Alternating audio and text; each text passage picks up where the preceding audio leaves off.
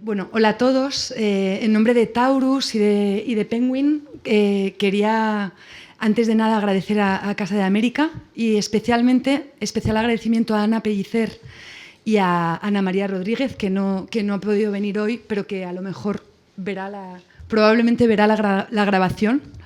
Conociéndola, bueno, les agradezco muchísimo su entusiasmo y su eficacia. Voy a presentaros, aunque no sé si hará falta, pero por si acaso os presento a Antonio Lucas, que nos acompaña aquí hoy. Antonio Lucas es poeta, periodista, en este momento dirige un estupendo suplemento cultural, La Esfera de Papel, que se reparte con el periódico El Mundo y que os recomiendo muchísimo.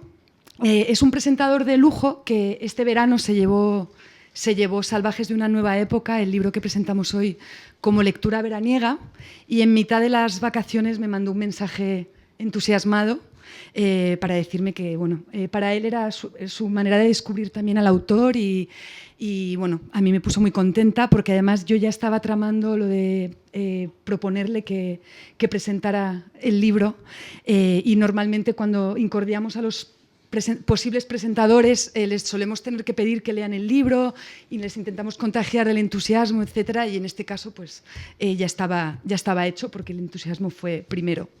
Bueno, y esto no me impide agradecerle muchísimo que esté aquí porque sé que estaba muy contento de venir, pero bueno, aún así, gracias.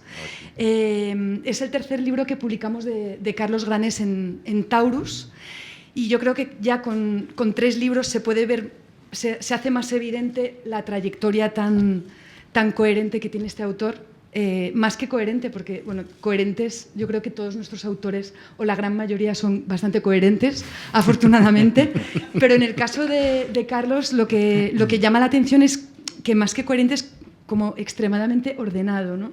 Me parece que los libros los ha sacado como en un orden muy, muy preciso y da la sensación incluso de que es una especie de piezas de una misma argumentación que va avanzando. El camino empezó con El puño invisible, que es el libro con el que obtuvo el premio Isabel Polanco en 2011, que es un libro que traza una panorámica de las vanguardias en el siglo XX. Y con el siguiente libro, La invención del paraíso, se sumergió en un caso concreto, el del Living Theatre, que es el último intento de revolución desde la cultura.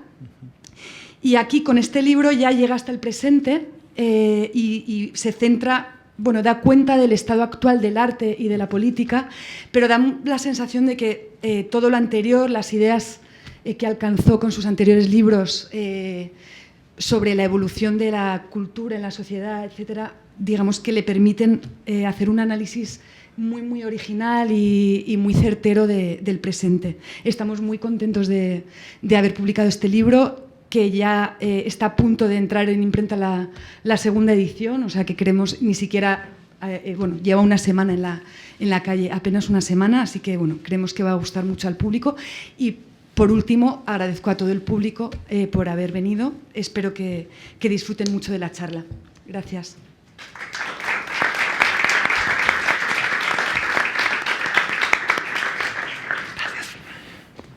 Pues buenas tardes. Buenas tardes, Carlos. No, muy buenas tardes. Muchas gracias a ti por venir. Para mí es un honor y además lo digo con toda sinceridad porque es cierto ese mensaje que en agosto mandé a Elena diciendo este tipo es una luz. Y es verdad que yo ya conocía El puño invisible, algunos artículos del País, recuerdo de hace unos cuantos años, que me interesaban, pero no sabía más de tu itinerancia y este libro, Salvajes de una nueva época, ha sido de verdad una especie de inmersión en un pensamiento que me parece audaz y sagaz. De hecho, si me permitís, yo, para evitar los trastabilleos de la improvisación, voy a leer unos cuantos párrafos de entusiasmo de lector ante este libro extraordinario y necesario, y luego estableceremos un diálogo sobre los temas en los que abunda Carlos Granés. Este de Carlos Granés es un libro cargado de audacia. Salvajes de una nueva época es una lección, es un hallazgo y es una confirmación. Todo ha cambiado estrepitosamente y como parte de ese todo, especialmente el arte, la manera de entendernos desde los ámbitos de la cultura, sus formas de producción y nuestros modos de consumo. También los síntomas radicales del cambio de objeto cultural advierten de la escasa capacidad de transformación y convulsión que ya queda. Carlos Granés, antropólogo que ha vinculado sus intereses al estudio de la historia del arte, certifica algo que ya anunciaba de algún modo en un libro suyo anterior, El puño invisible, eso que denominamos arte y que desde mediados del siglo XIX hasta algo después del ocaso de las vanguardias suponía una expedición febril por las sendas del desafío, es esto que veis. Camisetas serigrafiadas, merchandising, colgajos, política. Ya no queda sitio estético para el desacato contra los mecanismos trampeadores de las grandes estructuras políticas, ni para la expresión de lo indomable contra algunos momentos de abuso, de exceso, de atropello. El arte ha pasado a ser, y no por magia, otro más de nuestros complementos de armario, adorno, moda, purpurina. Producto de consumo, de eso advierte Carlos Granés en este incisivo libro. Las vanguardias fueron la expresión contemporánea del penúltimo desafío, unas vanguardias históricas, ahora históricas, que nacieron para deflagrar ciertas convenciones intelectuales y en su galope loco se convirtieron en la plácida montura de sus caballos de doma, comunismo o fascismo. Los viejos bárbaros vanguardistas degeneraron hasta ser aplacados por los sistemas de propaganda y apetito ideológico que encontraron en el arte nuevo, la tecnología perfecta de adoctrinamiento y conversión. Si el urinario de Duchamp, que es uno de los ejemplos que pone Carlos, propuso hacer del objeto vulgar la extenuación de la obra de arte museística, los museos, expresión máxima de la docilidad de lo sulfúrico, hicieron de ese mismo desafío su selva amaestrada, y a partir de ahí cualquier cosa. Este lúcido ensayo de Carlos Granés, escrito con una prosa de intensa sagacidad, indaga en la construcción y deconstrucción de unos movimientos artísticos, que llegan hasta ahora, claro, y que fueron esenciales también en el desafío a la moral predominante y cómo el capitalismo y la política, matrimonio muy bien sincronizado, convierten esa rebeldía cultural en un departamento de marketing, en una rutina de consumo. Lo más salvaje pasa a ser, antes o después, moldeado para el gusto de la mayoría. Lo minoritario no pasa de ser el lujo, mientras que aquello que nació en el hondero de la marginalidad y la transgresión se convierte en el estado sólido de lo mayoritario. Granés se detiene en las propuestas de Banksy y de Doris Salcedo, con todas las distancias entre ambos, repasa las lecturas artísticas alrededor del Capital, de Marx, y del infausto holograma de Hugo Chávez, interpreta el sembrado de cruces independentistas en Girona y los derrapes epatantes de la Bienal de Venecia de Arte y Arquitectura. Nada es ya lo que parece, ni lo que quiso ser. Y dice así Granés: la gracia del arte radica en que es la actividad libre por excelencia, pero esta actividad libérrima y creativa ha sido rondada permanentemente por dos amantes peligrosas. La política y el capitalismo han tratado de multiplicar sus fuerzas fundiéndose con ella. La sociedad del espectáculo, que denunciaron Guy Debord y varias décadas después la civilización del espectáculo de Mario Vargas Llosa, ha dado paso a la espectacularización de la sociedad. Cada vez es más difícil encontrar las corrientes del arte de hoy, en las corrientes del arte de hoy quien logre visibilidad e impacto sin ser fagocitado por los rituales de la apropiación indebida de las políticas dominantes. La política ha pasado a ocupar el espacio de desafío performativo que mantenía el arte hasta finales del siglo XX, y el arte, cada vez más deprisa, acampa en las tiendas de souvenir. La extrema izquierda y la extrema derecha actúan como la contracultura de hoy, inmunes a la mala publicidad, y lo que les concede, por cierto, una ventaja considerable. Esta actitud no es ajena a lo que sucedía en el primer compás del siglo XX con el dadaísmo, el futurismo o el surrealismo, pero una diferencia sí los distancia. En los vanguardistas hubo ingenuidad y en la gallera política actual solo hay premeditación, estrategia e intereses creados. Una moral de consumo desaprensiva nos ofrece lo desaprensivo como la nueva homeopatía. Es otro de los hallazgos de Granés. La política, adoptando roles de lo que antes detestaba, ha rebajado el arte a producto de herbolario. Ahora ella ocupa el lugar de los bárbaros de una manera chusca, enemiga de una moral decente. Demasiados políticos y la extensión de su reflejo en las grandes corporaciones son los salvajes de una nueva época, un tiempo de feroz producción de contenidos irrelevantes, y de eso se trata, del ruido, de hacer mucho ruido. Cada uno de nosotros tiene un smartphone en el bolsillo, menos Carlos Granés, que tiene un aparato de anticuario, y cada uno de nosotros, tiene un smartphone en el bolsillo con el que armar a cada minuto la obra efímera de la mañana. Palabras y gestos para no decir nada, en su mayor parte, y esa es la conquista. Pero ¿quién consume hoy tanta mercancía de consumo? ¿Dónde queda el arte en la época de los grandes titulares? en el tiempo de los ciudadanos mejor informados de la historia, los más devoradores de cultura y los menos críticos de esta vaina. La respuesta hace demasiado que no anida ya en el viento, como sugería Bob Dylan, sino en esa confusión de nuevo cuño entre el poder y la cultura que ilumina con inteligencia alerta este ensayo necesario de Carlos Granés. Así que enhorabuena, porque es...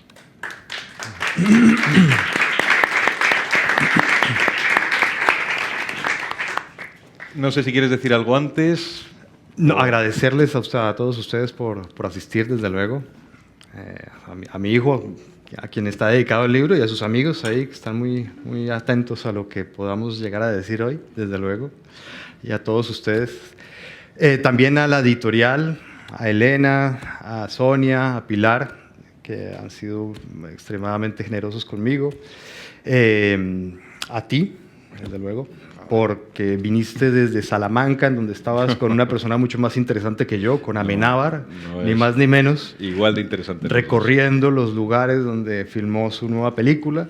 Luego supongo que la decisión de haber tomado coche para venir hasta aquí para hablar de mi libro no debió haber sido fácil en cualquier momento. Pues sencillísima, le dije a Amenábar, o por la mañana o no voy. Bueno. O sea que...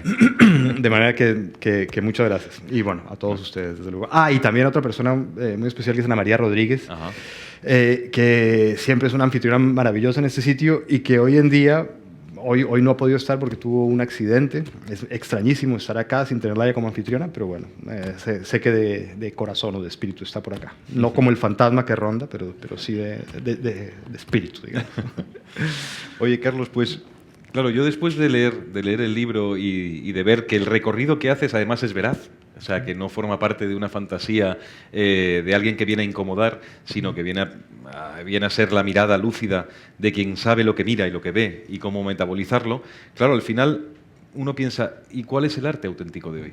¿Dónde está? Si todo ha sido completamente apropiado, ha habido una apropiación indebida y se ha cogido a los artistas como rehenes, en muchos casos, de las políticas, de los populismos. ¿Quiénes son hoy los artistas radicales? Digamos, artistas hay muchos, ¿no? Y hay mucha gente en todos los campos de la cultura haciendo cosas permanentemente. Digamos, el ser humano es inquieto, está vivo, se hace preguntas, quiere proponer cosas y hace cosas. Entonces, en todos los campos hay una actividad febril permanentemente, es un avispero burbujeante.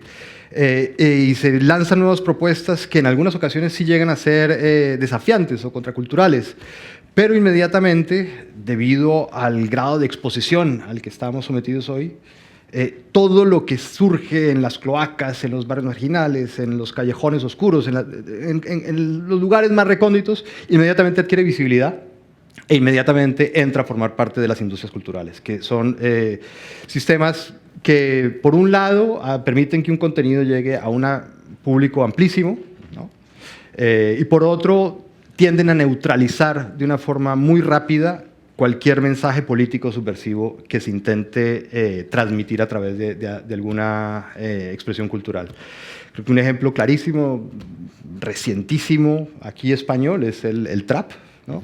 Que empezó como un fenómeno callejero, contracultural, de jóvenes de barrios marginales, en donde las letras hablan de trapicheo de droga, de peleas, de sexo, etcétera, etcétera, como tenemos temas muy, muy, muy, digamos, desafiantes para, digamos, un gusto mayoritario. Sin embargo, en cuestión de 3, 4 años, un joven marginal hoy en día es modelo ya de marcas reconocidas, pues porque atrae de una forma impresionante a los jóvenes, ¿no? El gusto de los jóvenes se ve muy apelado por este personaje. Y ya han entrado, desde luego, al mainstream musical y seguramente van a tener una evolución y morirán de éxito dentro de poco. Vendrá otra cosa que lo reemplazará. Entonces sí es difícil pensar en actividades culturales que tengan un impacto en la sociedad y que la lleguen a transformar, que era finalmente el objetivo de las vanguardias. Yo sí tengo un ejemplo relativamente reciente de un fenómeno cultural que surge desde los márgenes de la sociedad, digamos, desde galerías de performers o desde grupos de performers que hacen una reivindicación que tiene éxito y que llega a transformar la moral de nuestras sociedades. Esto ocurrió, digamos, hace unos muy pocos años, es decir, después de que viene toda la ola de ataques islamistas a Occidente, que se empieza a generar cierto chauvinismo pro-occidental, en donde en comparación a otras sociedades nosotros somos tolerantes, abiertos, etcétera, etcétera, etcétera.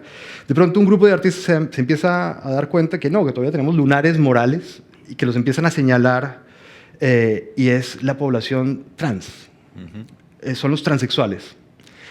Digamos, nosotros que de pronto en ese momento de chauvinismo empezamos a decir, miren, nosotros somos el culmen, ¿no? Como la cima de la civilización, esta gente empieza a decir, no, ojo, todavía tenemos poblaciones que están siendo segregadas, marginadas y condenadas a roles sociales muy, muy denigrantes. Y a través de performances muy radicales, de manifestaciones artísticas muy, muy, muy, muy potentes, que chocan con la moral predominante, digamos que pusieron eso como tema de debate público, con una efectividad tremenda, porque ha sido en cuestión de poquísimos años que los transexuales se han convertido no solamente en personajes visibles, sino en protagonistas de series de televisión, de películas, a nivel global, además. Ha empezado como una cosa muy europea y finalmente hasta en Colombia se hizo recientemente una película sobre una campesina transexual, ¿no? Con un éxito importante. Entonces, creo que ese sí es un ejemplo de un intento vanguardista de cambiar los valores de la sociedad, que ha sido exitoso y que ha supuesto un logro moral para nuestras sociedades, ¿no? Pero es curioso, porque ya que citas el movimiento trans como la última, probablemente la última iniciativa realmente que va condentellada a los lugares que ocupaba antes el arte, todo lo que hoy asimilamos entonces como esa radicalidad que vemos que se ha perdido en los espacios ortodoxos de la cultura, lo coge el activismo, cosa que lo vincula enormemente con la política. Antes era la política la que se apropiaba de los mecanismos y roles de la vanguardia histórica, tal, y ahora es el activismo el que intenta darle el salto a ocupar los espacios que les estaban negados. Sí, y cada vez es más difícil diferenciar entre artistas y activistas, ¿no? Incluso se llegan a llamar artivistas, muchos de ellos.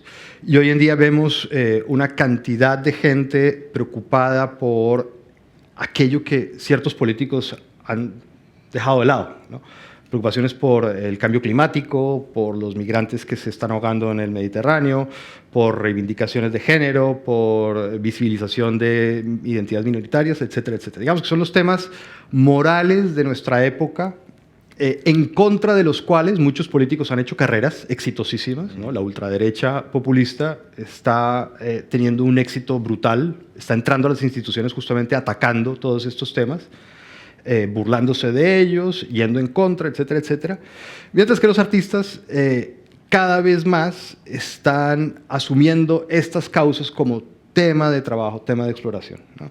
Es cierta paradoja que yo señalo en el libro, como los artistas que solían ser los niños malos, ¿no? Los niños rebeldes, los niños desafiantes, los niños transgresores, los niños que escandalizaban, hoy en día están asumiendo las causas morales de la sociedad y están siendo niños buenos, están siendo niños muy, muy, muy buenos. Están preocupados por todos los males del mundo, ¿no?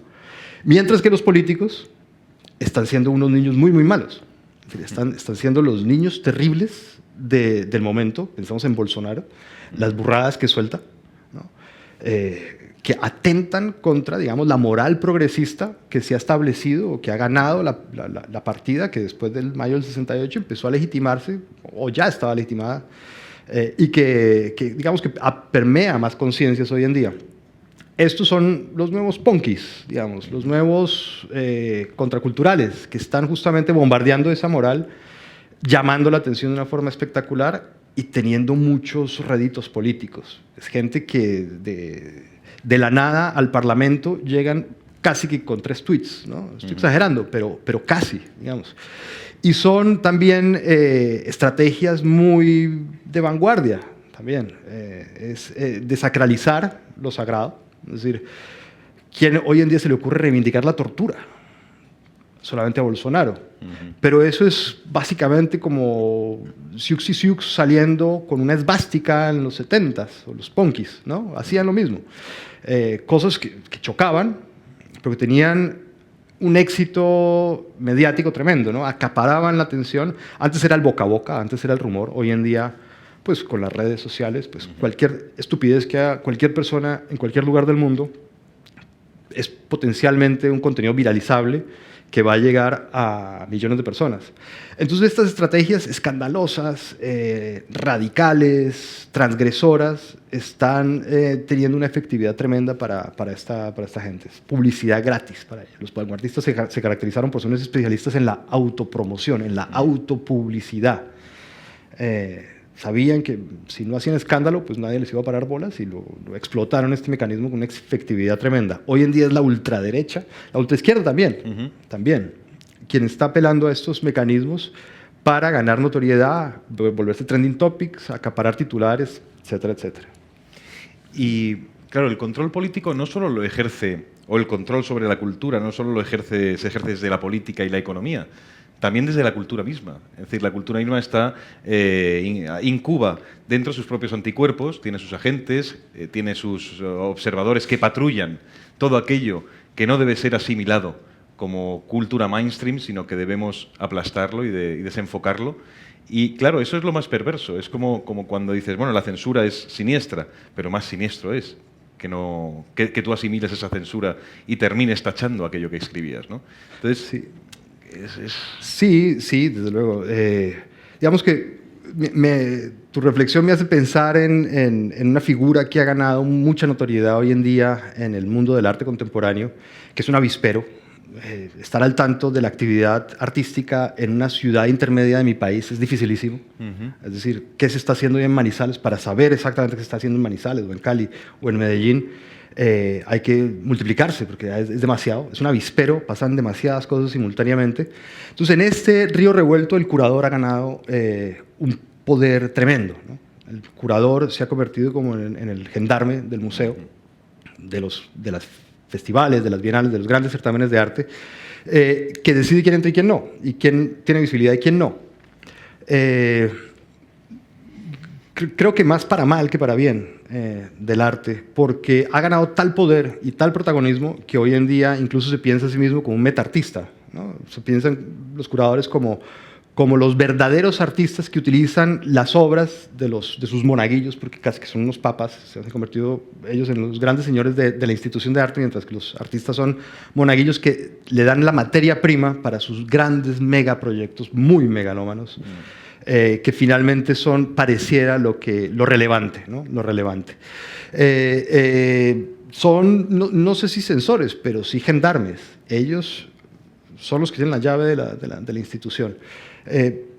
Claro, en un contexto en donde se supone que el artista debe dar rienda a su libertad creativa, esto supone una barrera, ¿no? un freno. Crea servidumbres, crea dependencias, hay que caerle bien a los curadores, etcétera, etcétera, etcétera. Esto se ve muy bien circulando en el mundillo del arte, como llega un curador a una galería, una inauguración de arte, y pues eso es como que si más o menos llegara el Papa, ¿no? Entonces sí, eso es un personaje que no me simpatiza mucho porque ha ganado demasiado poder en una institución donde justamente el poder debería ser mucho más horizontal o donde no debería haber este tipo de caudillos y mandamases, ¿no?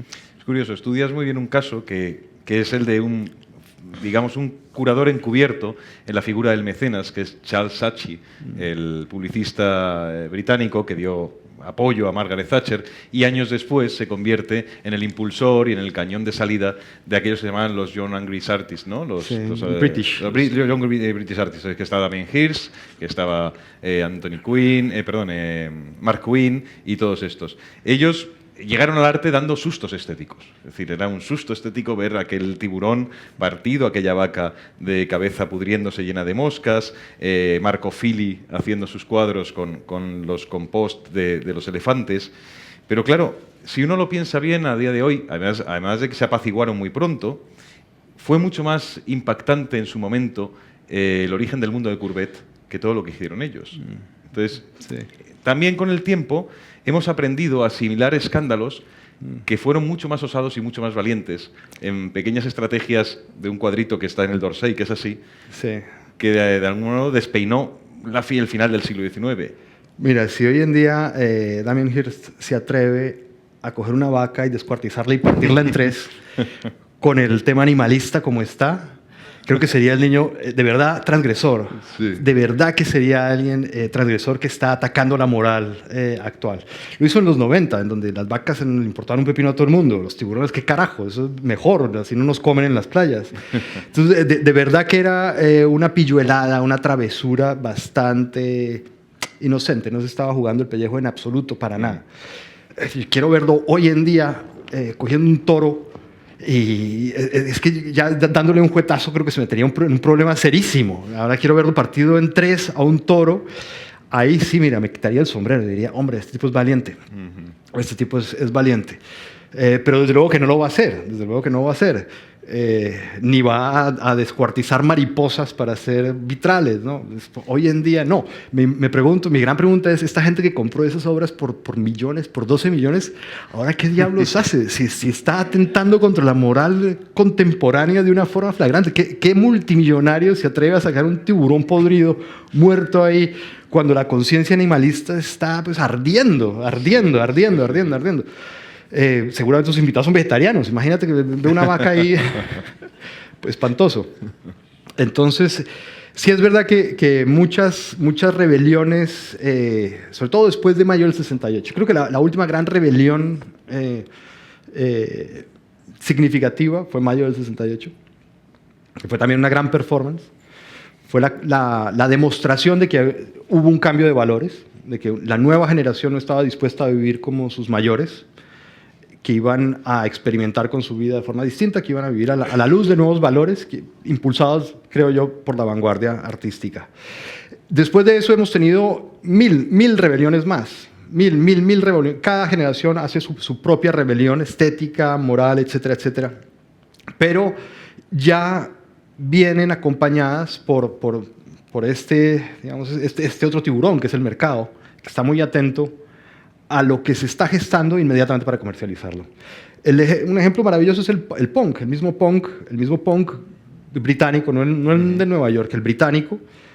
Esto pareciera que fue como un movimiento musical de unos chicos contraculturales muy rabiosos, muy envalentonados.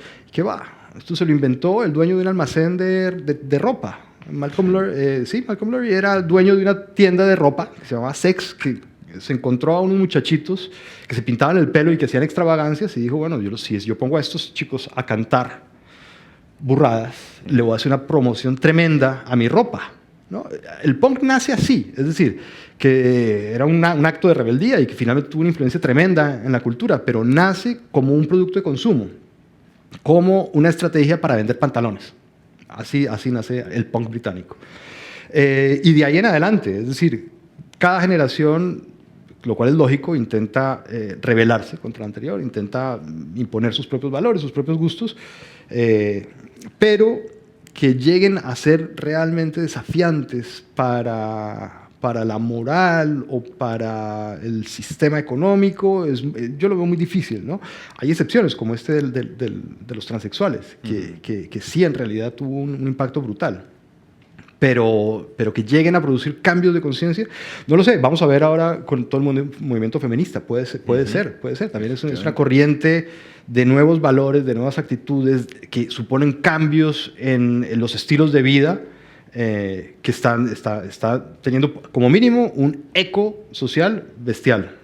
Vamos a ver en qué se traduce. Todavía es pronto para ver si hay algún avance o si por el contrario hay una reacción, qué sé yo, antifeminista, ¿no? No lo sé, todavía es temprano para verlo, ¿no? Y además, ya que citas el feminismo, la corriente feminista ha vuelto a tomar impulso ahora en estos últimos años con una clarísima vocación política. Es decir, todo aquello que pues veíamos en los accionistas austríacos o se veía en Nueva York en los años 60 o 70 con la guerrilla Goebbels y tal, ahora cuando se recupera o se recoge o se restaura el discurso del feminismo sólido, solvente, combativo y con ánimo de allanar todos los baches injustos en el camino, pero lo hace con una verdadera capacidad de penetración en aquellos ámbitos que ya no son los museísticos, ni los artísticos, ni los marginales, sino intentando entrar directamente, rodeando los ámbitos de la política hasta inocularlo de feminismo. Sí, desde luego.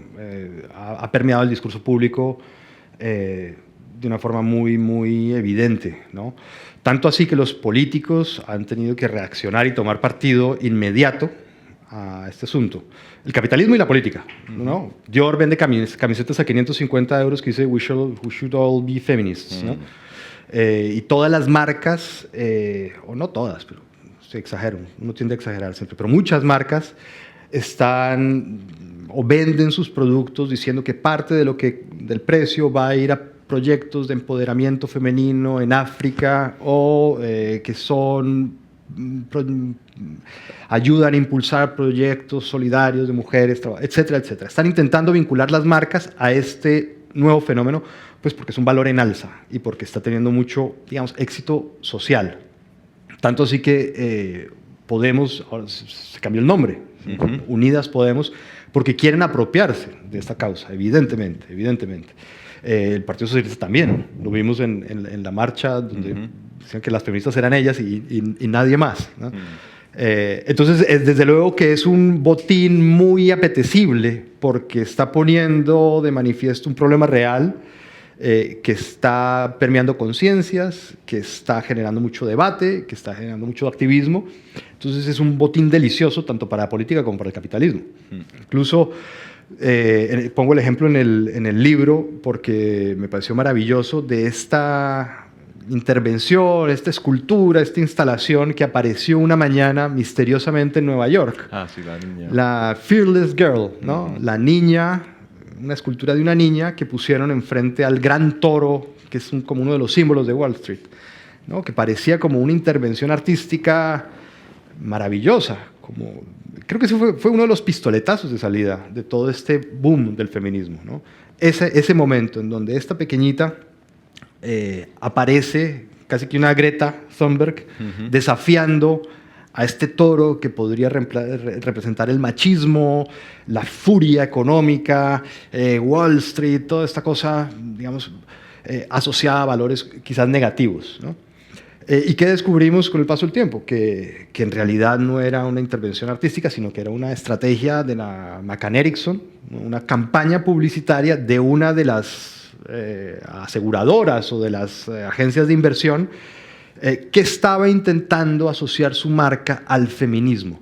Después todo el mundo se dijo, pero aquí no hay ninguna directora que sea mujer, todos son hombres, bla, bla, bla, bla, bla. Y dices, hasta ahí acabó la magia del efecto de la instalación.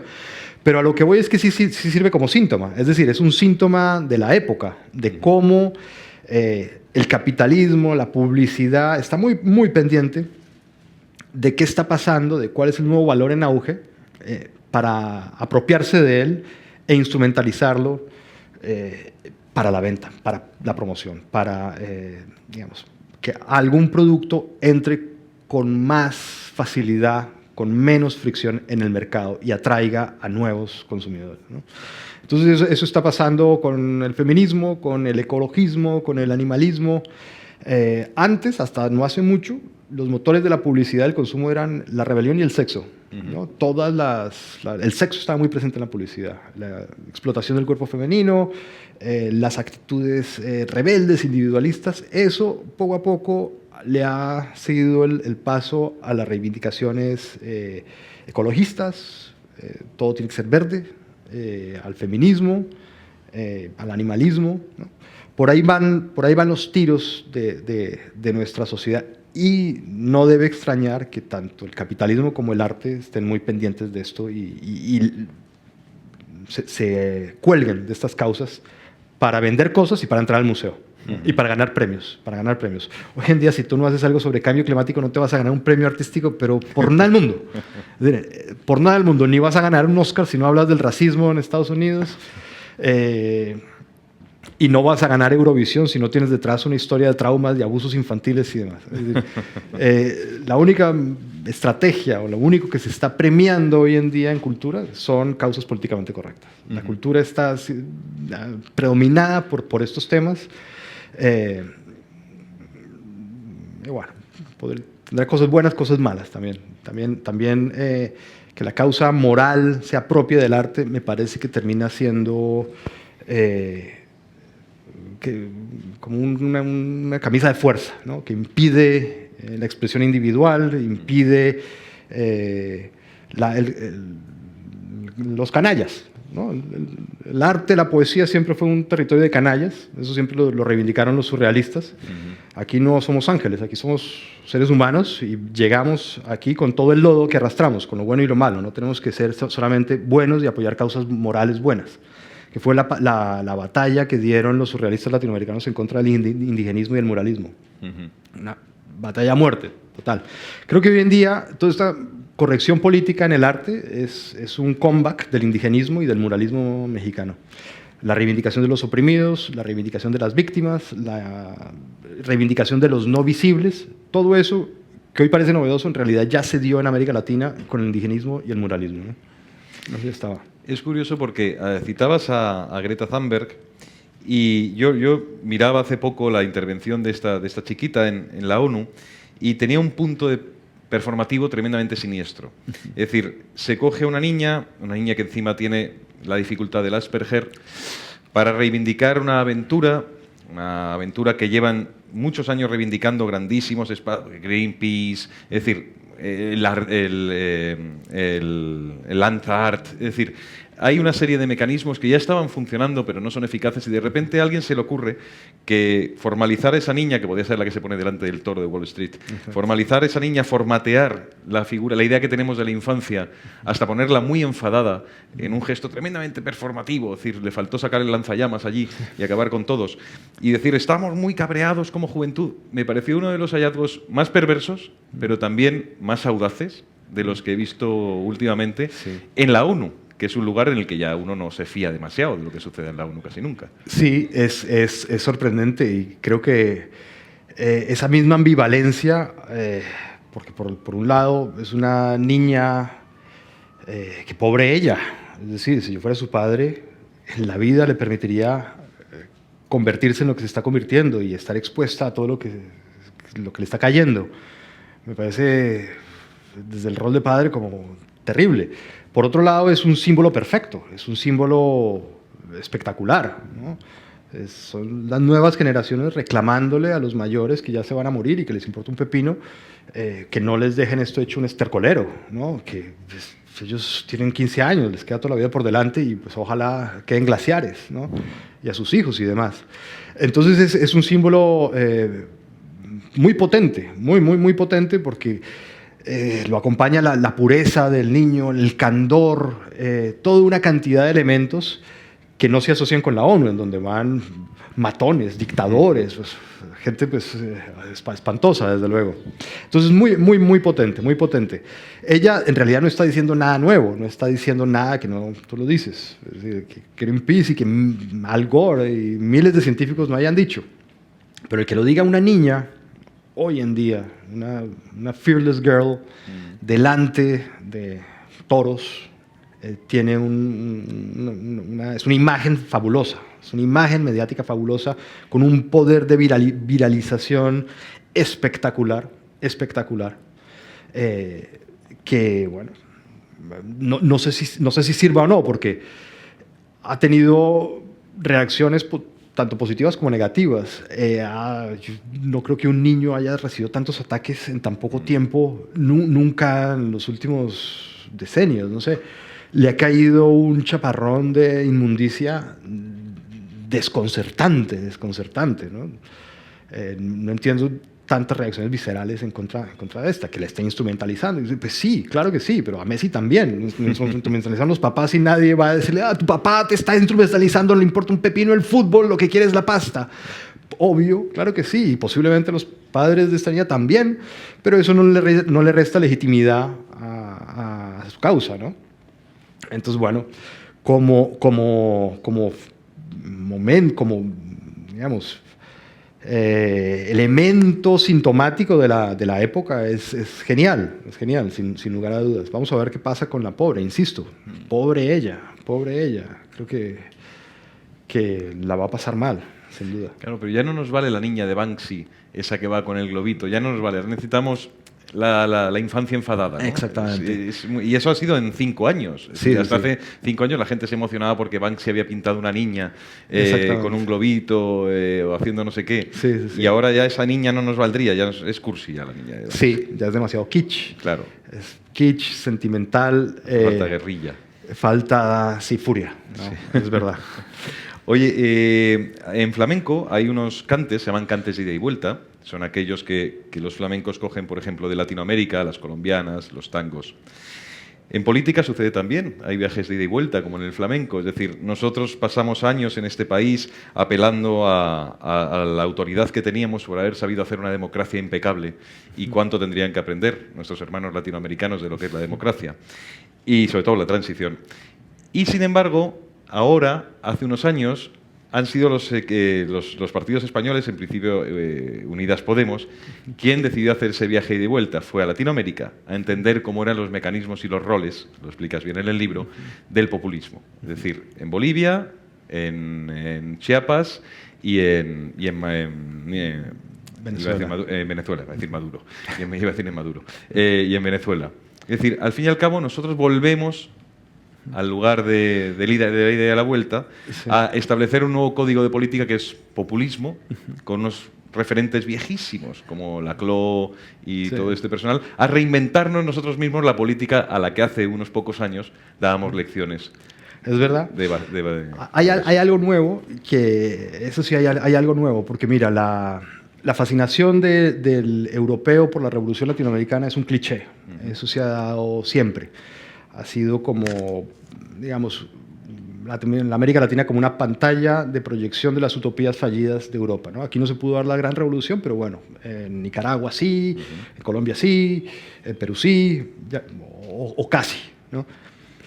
Con Podemos es distinto porque ellos sí fueron fascinados por el subcomandante Marcos primero, por Evo Morales después y por Chávez. Llegan fascinados, pero en ellos no hay una simple fascinación o una simple aventura o un simple interés exótico por la revolución, por vivir una experiencia fuerte y volver a sus países a apoyar la socialdemocracia, el capitalismo y a vivir bajo un estado de bienestar bastante aburrido y tranquilo, sin mayores sobresaltos, ¿no? Ellos fueron a aprender qué es la diferencia, qué es lo que los diferencia de otras generaciones. Fueron a aprender a hacer política en América Latina, ¿no? a buscar estrategias para crear mayorías, para crear identidades nacional populares, para llegar a apelar a votantes que nunca se han acercado a las urnas, también métodos disruptivos para convertir una revolución en algo mediático, estrategias para de la nada, surgir de la nada y de pronto convertirte en un ídolo mundial, global, como ocurrió con el subcomandante Marcos. ¿Cómo hicieron estas personas? ¿Cómo llegó un indígena a ser presidente de Bolivia? Digamos? Si él lo logró, ¿por qué un neocomunista no va a poder ser presidente de España? ¿No? La pregunta es bastante lógica, no resulta absurda. Si un guerrillero de pronto se convierte en estrella mediática de la nada, ¿por qué un politólogo no va a poder de pronto seguir ese camino? ¿No? ¿Qué hicieron ellos? ¿Cuáles fueron sus estrategias? ¿Qué herramientas usaron para labrarse ese camino político exitoso? Y bueno, lo que vemos, y esto se ve clarísimamente con una pureza y transparencia de intelectual, de académico en las tesis doctorales de ambos, porque eran académicos y buenos académicos, o sea, que cuentan la verdad, cuentan las cosas como son. Después se vuelven políticos y empiezan a ocultar, ¿no? Un académico muestra, revela, explica, un político esconde, oculta, tiene haces bajo las mangas. Entonces, para entenderlos hay que leer sus tesis doctorales, porque son tesis doctorales fantásticas, son muy buenas, son entretenidas, no están bien escritas porque son académicas, es imposible que lo sean, pero bueno, son muy inteligentes. Y ahí se ve cómo, por ejemplo, Pablo Iglesias queda fascinado con las estrategias, la forma en que el subcomandante Marcos infiltra los medios, hackea los medios, logra convertir su revolución en algo muy televisable. Recordemos la estética del subcomandante Marcos, era una cosa fantásticamente bien pensada, bien planeada, con su pipa, su antifaz, el no querer ser protagonista, siempre el ser el sub, no hablar por él mismo como el Che Guevara, sino como representante de una raza, de un pueblo, de los indígenas, etcétera, etcétera. Sus cananas, su prosa de una cursilería espantosa, pero quizás muy, muy buena para apelar al gusto europeo, romántico, exotista. Y fue pues exitoso. Esto se convirtió pues, en un sitio de peregrinaje para celebridades de todo el mundo. Y no solo eso, también le dio un segundo aire a la izquierda después de la caída del muro de Berlín, ¿no? De pronto la preocupación ya no fueron la clase trabajadora, sino el otro diverso, ¿no? El otro que bien sea por su condición sexual, por su exclusión económica, por ser minoría, etcétera, por ser indígena, lo que sea, ha estado relegado. Y creó otro colectivo, otro agente político muy potente para entrar en la pelea o en la pelea por el poder, ¿no? Por los votos, por conseguir electores. Y por el otro lado, Errejón va a explorar una experiencia distinta, bastante distinta, que es la de la creación, la forja de un movimiento populista muy potente, muy potente, anclado en una tradición nacionalista boliviana fuertísima que empieza en los años 40 después de la Guerra del Chaco, con el gran trauma de la Guerra del Chaco, que dejó a ese país hecho pedazos, derrotado además, muy herido. Revivió viejos traumas como la pérdida de la salida al mar, la pérdida del Acre con Brasil, lo dejó traumatizado y empieza a reivindicar, empieza a incubar un nacionalismo brutal, que para los 40 es fascismo puro y duro. Para los 40 es fascismo puro y duro.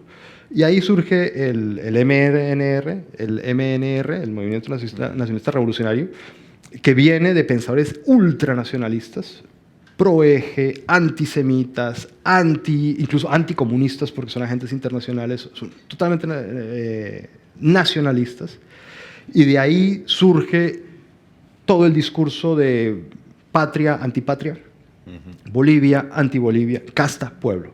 La génesis de todo el discurso de Errejón incluso está en un libro, se llama Nacionalismo y coloniaje, de Carlos Montenegro. Él lo cita en su tesis. Bueno, este hombre es un fascista puro y duro. Es un fascista que antes de ser del MNR publicaba un diario que se llamaba La Calle, que tenía posturas totalmente pro-eje, pro-hitlerianas, antisemitas, anticomunistas. Era un fascista. Después se fue moderando. Después ocurrió lo que ocurrió en América Latina con todos los fascismos, que llega a Estados Unidos durante la Guerra Mundial y dije, ojo, mire, el fascismo nos acaba de bombardear, estamos en guerra contra el fascismo. Ustedes, señores, ustedes son todos unos fascistas. Usted, señor Perón, usted es un fascista. Usted, señor Getúlio Vargas, usted tiene una constitución fascista que se le escribió Francisco Campos, que es un fascista de miedo. Usted, señor Carlos Ibarra, cuidadito, que usted va para allá. Ustedes, señores de Bolivia y de Paraguay, son los fascistas de peligro. Y aquí no queremos fascistas porque estamos en guerra contra el fascismo. Y a punta de presiones y de sobornos económicos hace que todos muten en prodemocráticos, mutan a la democracia. No olvidan su trasfondo fascista, pero adaptan el fascismo a los métodos democráticos. El nacionalismo cerril, los métodos verticales, a la democracia. Y ese es el populismo. Así surge el populismo. Es decir, no el populismo de los 30, que eran las reivindicaciones populares, que es otra cosa. No el populismo mexicano de la Revolución Mexicana. No. El populismo peronista, digamos, que son militares, golpistas todos, de ultraderecha, nacionalistas tremendos, antisemitas, antiinmigrantes, que ante el nuevo escenario mundial, que es la guerra mundial, la Segunda Guerra Mundial, se ven forzados a volverse democráticos, a reinventarse como democráticos. Se inventan el populismo, que es una mezcla fantástica de elementos del nacionalismo popular, del nacionalpopulismo o de las reivindicaciones populares, un nacionalismo popular y de un nacionalismo aristocrático, un nacionalismo elitista, de las castas militares, de la élite moral e intelectual que debe conducir el destino del pueblo, y por otro lado, de las reivindicaciones de los trabajadores, de los sindicatos, de los marginados, que deben convertirse también en un nuevo electorado, Hay que ganar elecciones, ya no se pueden dar golpes. Después de 1944-45 no se pueden dar golpes en América Latina, que había sido nuestra tradición. Desde 1930 a 1944 debe haber habido 10.843.000 golpes de Estado en América Latina. Todos los países se dieron golpes de Estado cada 9 meses. Después del 45, después de la Segunda Guerra Mundial, ya no se podían dar golpes militares ultraderechistas fascistas, no se podía, sencillamente. O se podían dar golpes, como el de Rómulo Betancourt, para acabar con un régimen autoritario de Juan Vicente Gómez. Pero había que democratizar América Latina. Entonces, la gran pregunta es, bueno, ¿y cómo vamos a ganar elecciones? Ampliando el electorado. Eso es una estrategia populista que inicia con Perón. Necesitamos más electores. ¿Y qué hace Perón? Legaliza el voto femenino, por ejemplo. Que claro, revierte en beneficio de la sociedad, sin lugar a dudas, pero también es una estrategia para ir en busca de nuevos votantes. Tenemos que tomar un redil que está repartido entre estos y aquellos e ir por otros, ampliarlos. Viene entonces la necesidad tan errejonista de crear una nueva identidad nacional popular, ir en busca de un nuevo nosotros, ir en busca de un nuevo electorado, construir nuevas identidades. Para eso la oposición, que ya venía de Carlos Montenegro, de pueblo, antipueblo, casta, casta, pueblo, nación, antinación, le viene de maravilla. Y utiliza la crisis económica para englobar a todos los afectados por esta crisis y meterlos en esta nueva identidad que se inventa él. Es decir, todos los populistas se inventan identidades. La mayor ficción es la nación. Eso no está ahí en la realidad. Eso se le inventan los demagogos, a veces los poetas, a veces los artistas. Pues es un invento del lenguaje, de la inspiración. Sentimental, ridícula, kitsch, seria a veces, pero es un invento, ¿no? Es curioso cómo el arte, ahora que dices lo de inventarse la realidad y sobre todo cómo en la búsqueda de esos nuevos votantes, el arte ha hecho lo mismo. La reasignación semántica de los espacios de lo que eran los aplastados. Es decir, cuando en la Bienal de Venecia de Arquitectura se premia la Torre de David, lo que se está haciendo es poner el foco en todo aquello que en este momento tiene que ser devuelto al beneficio de la cultura, al beneficio mercantil de la cultura, al beneficio mercantil de la política, al beneficio mercantil del sistema. Es decir, Sí. recobrar los expulsados, ¿no? Sí, sí, claro. También el arte pone el foco, en teoría, donde no lo pone la política, ¿no? Entonces, los ahogados en el Mediterráneo, ¿no? Se supone que son invisibles, aunque no tanto, porque hoy en día ya es difícil que algo escape al radar de la prensa, de las redes sociales, ¿no? Hay muchísimos artistas reivindicando la tragedia de los migrantes, ¿no? Pero a veces llueve sobre mojado, porque la tragedia es de tal magnitud, es tan impresionante. Hay imágenes reales tan impactantes como el niño que El Ailán. exactamente, que muere y que se convierte en una imagen viral.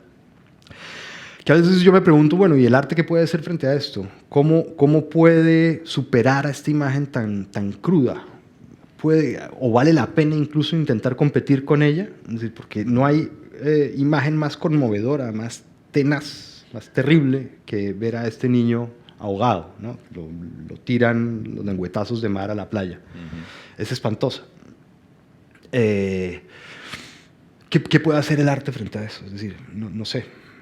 Recuerda aquello que dijo Stockhausen cuando caen las Torres Gemelas. Es el gesto estético más bello que hemos visto en todo el siglo XX. Es verdad. O XXI ya.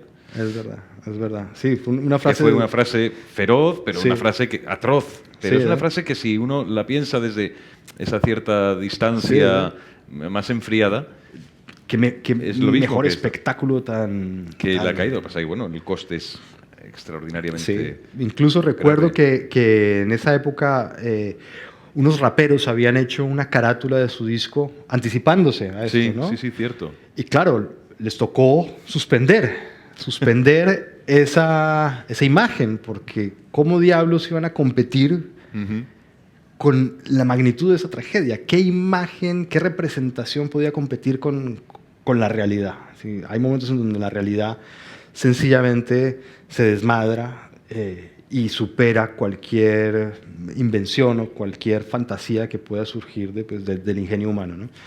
Entonces, a veces sí me pregunto, sobre todo con este nuevo arte políticamente correcto, si de verdad están aportando algo nuevo o simplemente están lloviendo sobre mojado y convirtiéndose como en notas a pie de página de las noticias, ¿no?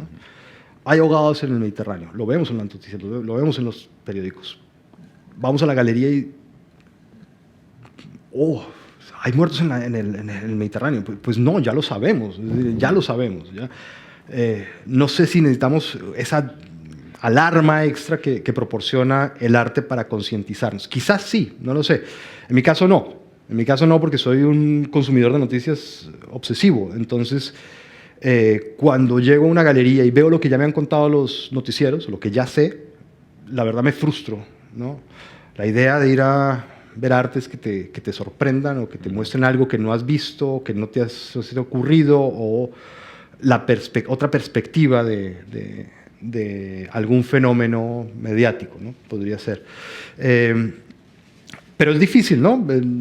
Porque los artistas políticamente correctos están colgando de causas, a veces con cierto oportunismo. Jeff Koons, por ejemplo, de un oportunismo bestial, decide de un día para otro, jamás le han importado a las víctimas de este mundo, jamás, y decide donarle a París un monumento en homenaje a las víctimas del fanatismo islamista. Bueno, es coherente, él era un broker de la bolsa de Nueva York. Claro, es decir, exactamente. Con ese antecedente probablemente sea el artista más legitimado para donar una tontería Claro. de algo en lo que no cree. Exactamente. O sea que... Pues porque es autopublicidad tremenda. Imagínate tener una escultura. Además no le iba a pagar él, ¿no? Sería que se la pagara el ayuntamiento de París. Pero iba a quedar además no lo iba a poner donde mataron a las personas, sino en el sitio más turístico de París, ¿no? Sí. Evidentemente, pues porque ¿qué carajos le importa conmemorar a las víctimas donde en realidad cayeron? Lo que quiere es que se le vea su monumento pues, por donde están los turistas y los ricos, ojalá, ¿no? Bueno, aquí con todos mis respetos tenemos algunas esculturas olvidadas por Botero que tampoco aportan mucho, la verdad. Con todo respeto lo digo, pero por si alguien tiene intención de devolvérselas, que se las quedó aquí el hombre. Por último, ya para ir acabando, oye, ¿qué político crees hoy que es nuestro mejor artista en España? Bueno, yo hubiera dicho hasta hace poco que Gabriel Rufián tiene dotes performáticas fabulosas. Sí. Ahora, creo que por el exceso performático de la ultraderecha, ¿no? que se han vuelto performers totales, la izquierda ha querido distanciarse de ellos y ahora se presentan como nuevos, no sé, casi que profetas de la calma, del sosiego, de la tranquilidad.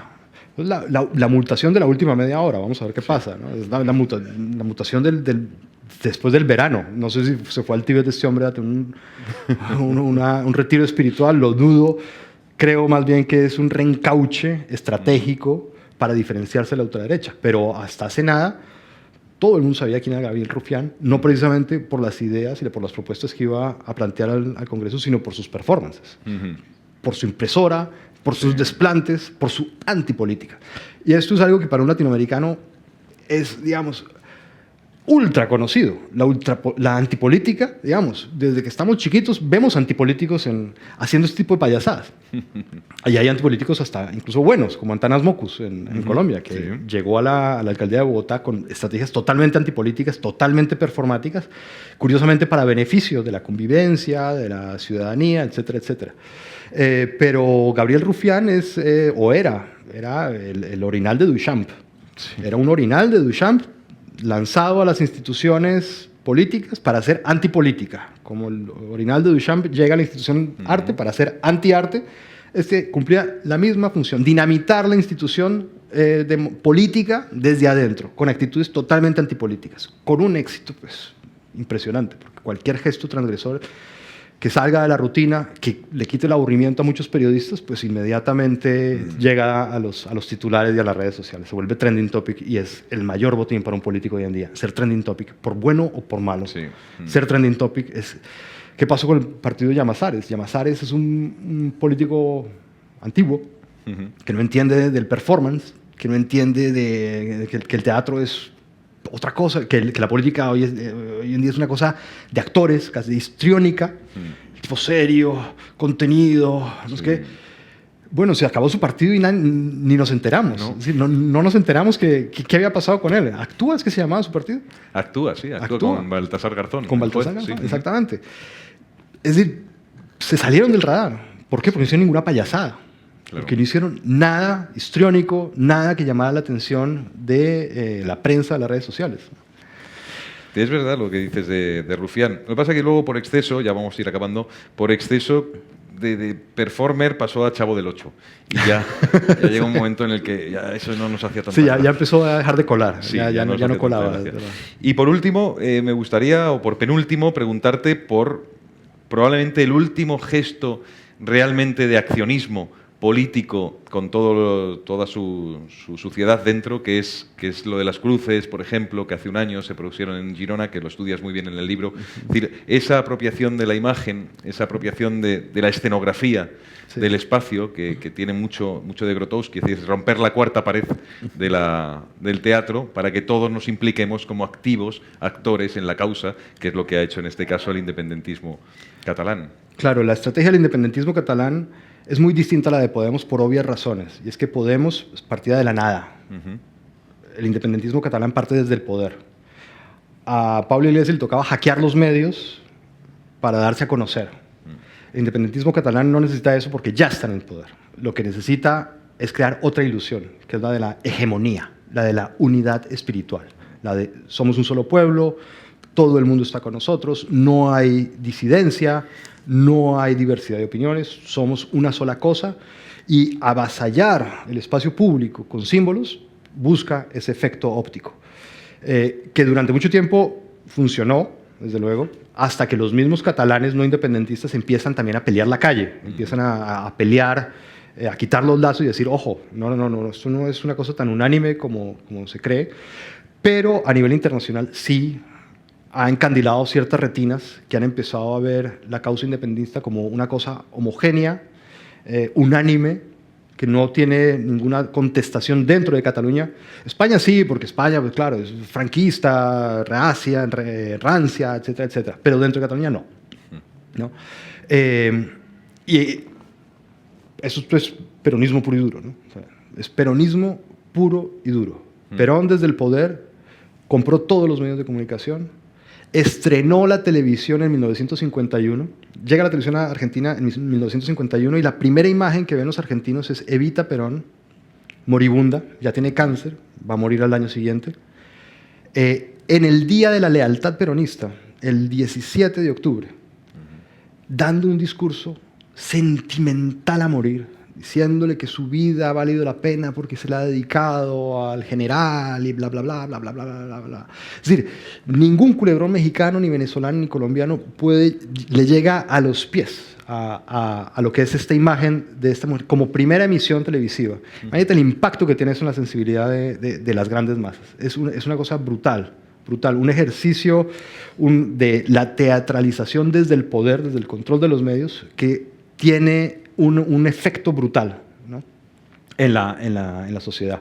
Lo mismo apropiarse de fechas. El peronismo se apropió del 1 de mayo, que es la cosa más absurda del mundo, porque el 1 de mayo es una fiesta internacionalista, comunista, que se celebra en todo el mundo. Ellos la convirtieron en una celebración de la argentinidad, es decir, la convirtieron en una causa nacionalista peronista. ¿Qué es lo que pasa con la Diada, con ciertas fechas en Cataluña? La apropiación de ciertos eventos masivos, para que lo quieras o no, tú te vuelves cómplice pasivo de la celebración, ¿no? Estás ahí, te conviertes en actor de una performance en la que no puedes no estar. Como también el referéndum del 1 de mayo es una performance en donde no puedes no estar, te conviertes en actor sin quererlo. Pero responde a una lógica distinta, que es la de cómo desde el poder podemos usar la estética para crear una ilusión óptica que amedrente al enemigo, que lo apabulle, que diga, oh, Dios mío, digamos, mejor me callo, porque miren la cantidad de gente que está a favor, mejor me callo, mejor me meto al closet, y de ahí no salgo. Y para la retina internacional, para crear un espectáculo festivo, sonriente, reivindicativo, que gane el afecto de la prensa internacional, que lo han hecho con una efectividad tremenda. Curioso, porque es la misma estrategia de los guerreros de Xi'an. Poner 2.000 millones de guerreros y luego cuando viene el enemigo, hombre, si esto es terracota. Sí, pero que asusta. Imagínate. Sí. Eso es. Bueno, pues yo creo que con esto habréis comprobado la enorme inteligencia de Carlos Granet. Yo voy a despedir, pero la última palabra va a ser suya, como debe ser. Solo decirle que ha sido un gozo leer el libro, descubrirlo, y que solo te puedo recriminar algo. Es que mi inocencia a los 43 años ha quedado devastada. Cuando vaya la próxima vez al Museo del Prado y me ponga delante de las meninas, diré, a mí no me engañas. No, pues reitero mi gratitud a Antonio, a la editorial, a todos ustedes, a Casa de América. Bueno, ojalá encuentre lectores. Ha sido un ejercicio muy divertido, pensar el presente. Es un libro que analiza el presente. A veces se va para atrás un poquitito simplemente para rastrear fenómenos, pero es un intento por tomarle una foto fija al presente, cosa muy difícil porque en el presente los actores siempre están moviéndose para todos lados. Daniel sabe de eso, cómo es tomarle una foto a gente que se mueve, que parece estar borracha en San Fermín. Bueno, pues este libro es un intento por tomarle la foto al presente a pesar de que los protagonistas no se quedaban quietos. Vamos a ver si logré más o menos captar esa impronta del momento. Así que, bueno, muchas gracias.